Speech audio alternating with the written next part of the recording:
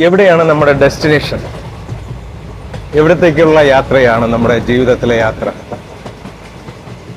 ഇപ്പോൾ ഞാനൊരു ട്രെയിനിലിരിക്കുകയാണ്. നമ്മൾ ഇറങ്ങേണ്ട സ്ഥലം വ്യക്തമായി അറിഞ്ഞിരിക്കണം. പാശ്ചാത്യ നാട്ടിൽ മഞ്ഞ് വീഴുന്ന ഒരു സമയത്ത് ഒരു ട്രെയിനിൽ ഒരു അമ്മയും കുഞ്ഞും യാത്ര ചെയ്തു.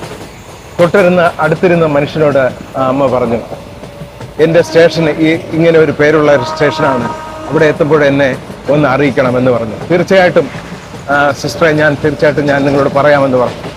നന്നായിട്ട് മഞ്ഞ് വീഴുന്നുണ്ട്, മരങ്ങളെല്ലാം മഞ്ഞ് നിറഞ്ഞിരിപ്പുണ്ട്. റെയിൽവേ പാളത്തിലെല്ലാം മഞ്ഞ് വീണ് കിടക്കുകയാണ്.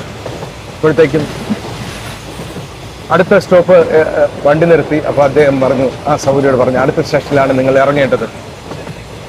അങ്ങനെ ആ ട്രെയിൻ വീണ്ടും യാത്ര തുടർന്ന് കുറച്ച് സമയം കഴിഞ്ഞപ്പോൾ ട്രെയിൻ നിന്നു. അപ്പോൾ അദ്ദേഹം പറഞ്ഞു, ആ സൗകര്യം കുഞ്ഞിനോട് പറഞ്ഞു, നിങ്ങൾ എവിടെ ഇറങ്ങണം, നിങ്ങളുടെ സ്റ്റോപ്പ് ഇതാണ്. ആ സഹോദരിയും കുഞ്ഞും, അമ്മയും കുഞ്ഞും അവിടെ ഇറങ്ങി. എന്നാൽ ഒരല്പസമയത്തിനടുത്ത് വീണ്ടും ട്രെയിൻ യാത്ര തുടർന്നു. നമുക്കറിയാം, ഓരോ സ്റ്റേഷനിലെത്തുമ്പോൾ ഇന്ന സ്റ്റേഷനാണ് വിളിച്ചു പറയുന്നതൊക്കെ അറിയാം.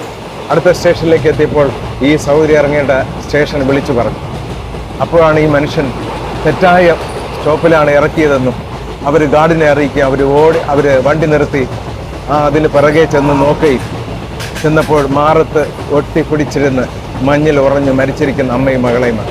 ഇതിൽ നിന്ന് നാം മനസ്സിലാക്കേണ്ട ഒരു കാര്യം, യഥാർത്ഥ ഡെസ്റ്റിനേഷനാണ് ഏതൊരു മനുഷ്യനും അറിയേണ്ടതും പറഞ്ഞു കൊടുക്കേണ്ടതും. സത്യമാണ് പറയേണ്ടതും. കുരുടനെ വഴി കാണിക്കുവാൻ പറ്റുകയില്ല. അത് യേശു വളരെ വ്യക്തമായി നമ്മളെ സൂചിപ്പിച്ചൊരു കാര്യമാണ്. അപ്പോൾ യഥാർത്ഥമായ സത്യം ഏതാണ് സത്യം, ഏതാണ് നന്മ, ഏതാണ് ചെയ്യേണ്ടതെന്നുള്ളത് നമ്മൾ അറിഞ്ഞിരിക്കുകയും പറഞ്ഞു കൊടുക്കുകയും ചെയ്യണം. തെറ്റായ വഴി പറഞ്ഞു കൊടുക്കുകയാണെങ്കിൽ നമുക്കും പ്രയാസം വരും, അത് അനുഭവിക്കുന്നവർക്ക് നഷ്ടവും സംഭവിക്കും. നന്മകൾ നിറയട്ടെ.